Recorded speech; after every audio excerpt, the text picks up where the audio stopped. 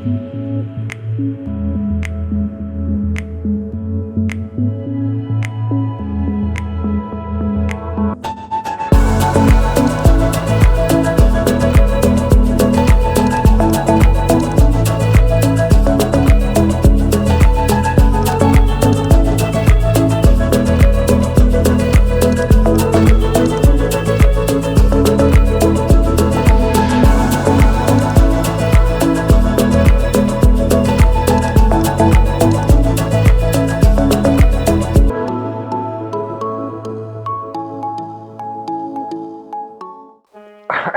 is up, guys? I feel like I start every single video with "we are back," but we really never have gone anywhere. But we are doing the more standard videos this week. The past couple weeks I've been releasing the episodes of Road to Glory. So if you haven't checked those videos out, please click on the link above and watch the first two episodes. We started a MotoGP career campaign. We're trying the whole streaming thing. It's sort of out of my normal wheelhouse, but since this is a channel that is dedicated to travel, lifestyle, moto, sort of, everything that goes together with film and, automotive, filmmaking, everything to do with motorcycles, cars, all the shit that I like. And now I like this MotoGP game, so I just started to do a career mode. Let me know what you guys think. For those of you who have been watching, let me know what you guys are thinking of it, if you want more episodes like that, or if it's just a total waste of time and I should just toss it. I really value your guys' feedback, but let's get right into this week's video. And, this is a topic that I have been wanting to discuss for a long time, and I've waited until it felt right. And now that we are moving to New York City, there's a video coming out next week. We actually found our apartment. I'm gonna be showing you guys around the place that we got and the neighborhood that we picked. It's pretty awesome, so I'm excited to share that with you as well. But now that we're moving to New York, I wanted to take the time to kind of sit back, reflect on a place that's been a really big part of my early 20s, and that's Washington, D.C. Now, I know a lot of people say it's kind of cliche to, include a location, a place as an element of your personality. But I really feel like, especially in your early 20s, and really through all phases of life, where you live really shapes who you are and how you grow as a person. And DC was definitely a place for me that I not only never expected to end up, but drastically changed the trajectory of sort of who I was heading towards being and who I am today. And a lot of that has to do with my experience living in Washington, D.C. So let's jump right into it. These are the top 5 things that I love about Washington, D.C. Let's go.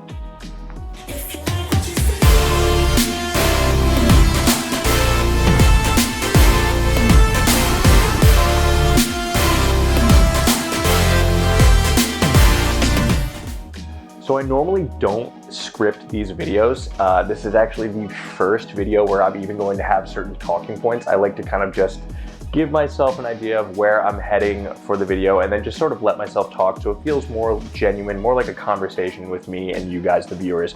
But for this video specifically, I had to come up with a list of the 5 things that I really love about this city, because if not, we would be here for hours, because I could just go on and on and on about the different experiences that I had in DC, the reasons that I love this city. But to keep things shorter and a little bit more concise today, I have a list. So if you catch me looking down below, I actually am cheating. I've got my phone here with me.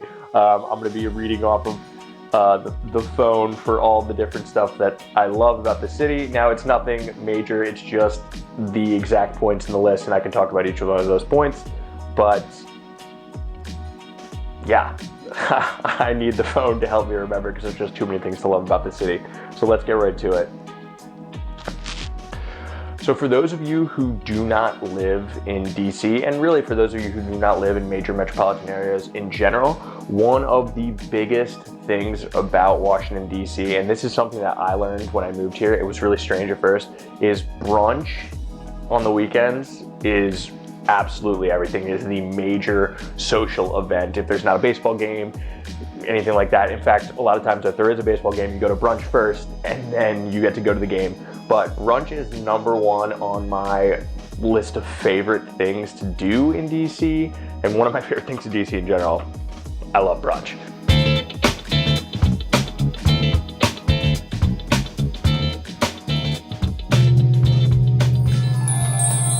This is absolutely delectable. I concur. There's just so many deals. Lots of restaurants run $30 all you can eat and drink. So everybody at the table, you put down your $30 and you can get as many drinks as you want, mimosas, bellinis. This better be freshly squeezed. It is. Anything. And a lot of places in DC are a lot of like tapas style plates, so you can kind of just order as much as you want and share with everybody. And there's a ton of really, really good options here in DC. Shout out to Agora, one of my favorite places in Logan Circle. I think a lot of people in my group of friends would say that Agora is their favorite spot as well. But when I first got here, I really was not used to the whole go out at noon and get drunk game. I mean, in college, there was obviously, sports games, stuff like that, or you go day drink at the beach, but it was mainly let's go out at night thing. So the first time I ever went out to brunch, and I was down in the basement of this Mexican place, and then, we all emerge back into the day, and you're ready to go out, you're feeling pumped up, and then it's just a normal day where people are walking around with their kids and you're completely hammered in the middle of the day. That was definitely an experience for me, but it became one of my favorite things to do in DC. It's a great social gathering, everybody gets together, and then you make a whole day of it, and you're home and in bed by 8 p.m., so your hangover is not as bad tomorrow. So DC's smart. It's full of smart people in DC. $537. Brunch sucks. Now, number 2 on the list is something probably more of you are familiar with. I'm not sure if any of you have gone on school trips when you were younger to DC to see the monuments, but the monuments and the cherry blossoms in spring is one of the best events in the city.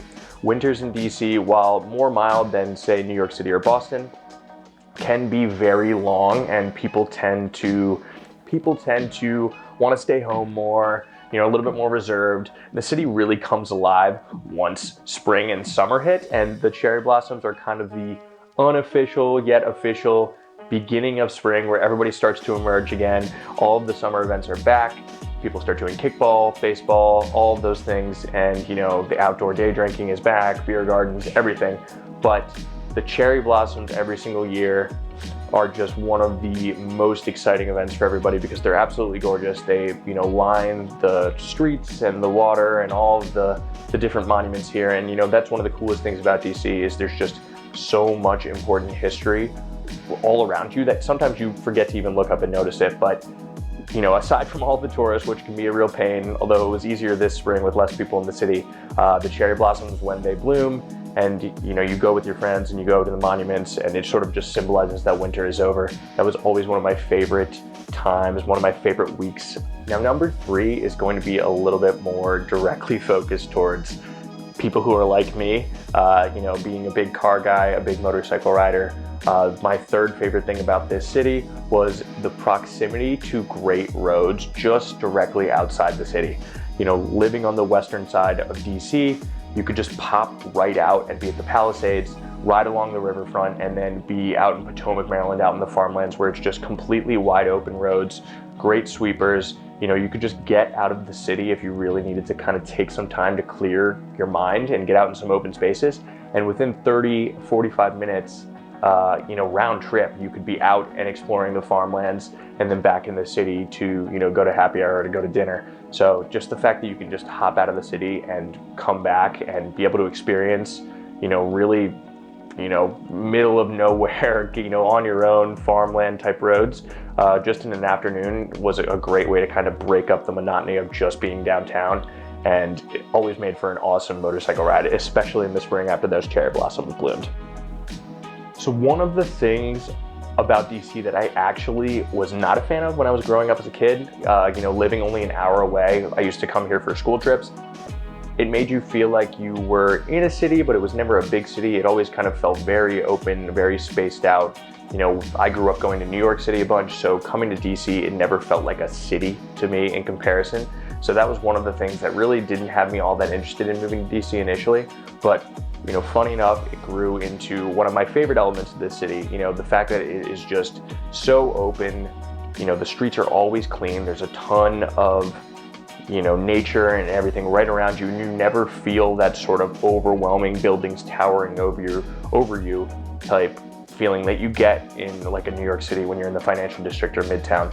That just is not here in DC whatsoever. It's very relaxed, but at the same time you're still in the thick of things, so you can walk around essentially in downtown DC, have everything at your fingertips, and not really feel like you are having to hustle and be overwhelmed and it's constant go, go, go. You can really have a relaxing stroll on a spring day or summer day to your lunch or coffee shop, wherever you want to go, and you never really feel like you're overwhelmed. So that's one of the things that I began to love most about the city, is just how much of a neighborhood it really feels like and how calm it can be at certain times during the day, while also still being a major metropolitan area that is a ton of fun and has so much to offer. Now, last but not least, and I kind of have already touched on this in some of my other points, number 5 is the neighborhood variety. DC is known for, in the past, mainly being Northwest or bust. Some people might disagree with that, but for most of us, the area that you think of when you think of DC, where the monuments and all this stuff is, has been in Northwest, and that's been the area most people choose to live. And when I first moved to DC, Shaw was just kind of on the up and up.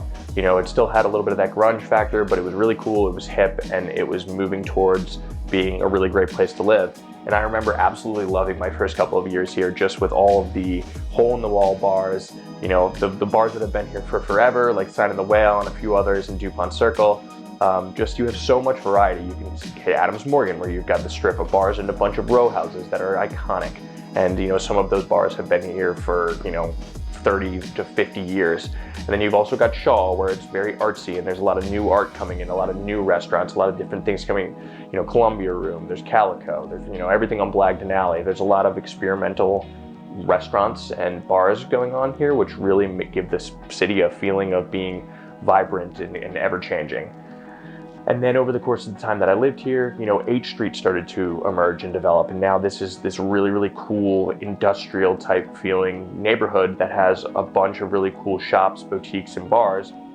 And it's where I spent the most time this past year, where previously my first 3 years in the city, I probably went there once or twice combined.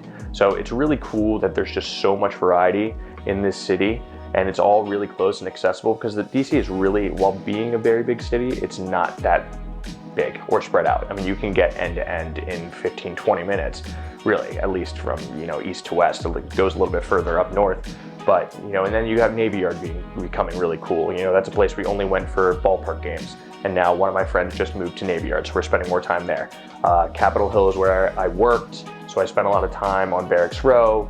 That is a very residential area, but has a lot of really, really cool restaurants and bars, and it's just a completely different vibe than Adams Morgan over in Georgetown. So just the variety of things that you have in this city make it such a great place to live, and that's definitely something that I'm going to miss a lot about DC. But that's it for me, guys. I hope that this video was helpful for those of you who are looking to move to DC, already live in DC. Share some of the things that you love about the city. Share some of the things that you are excited about if you're moving to this city. If you think DC sucks, you can share those things as well. I'm happy to talk about it. I spent a lot of time here, but as we're wrapping up and we're getting ready to move to New York, I just wanted to take some time to sit back and reflect on my early to mid 20s that was spent in this city that I never expected to be in. So I love DC, and I'm definitely going to miss it a lot when we move, but I'm very excited to experience New York and see everything that it has to offer too. I was nervous before I came here. It was the unknown, and now New York is going to be the unknown, and I'm really excited for this next adventure. So if you guys are liking these videos, please drop a like and subscribe. It is hugely helpful for me so that more people can see my content and this channel can continue to grow, and I can keep doing more of the videos that you guys like to see. Stay tuned for some more Road to Glory episodes. I just got my Panigale out of the shop. So I'm going to be doing an episode on getting the Panigale ready for New York City. And then of course, I'll be doing episodes riding the Panigale in New York. It's going to be an awesome experience. Thank you guys. I will see you next week.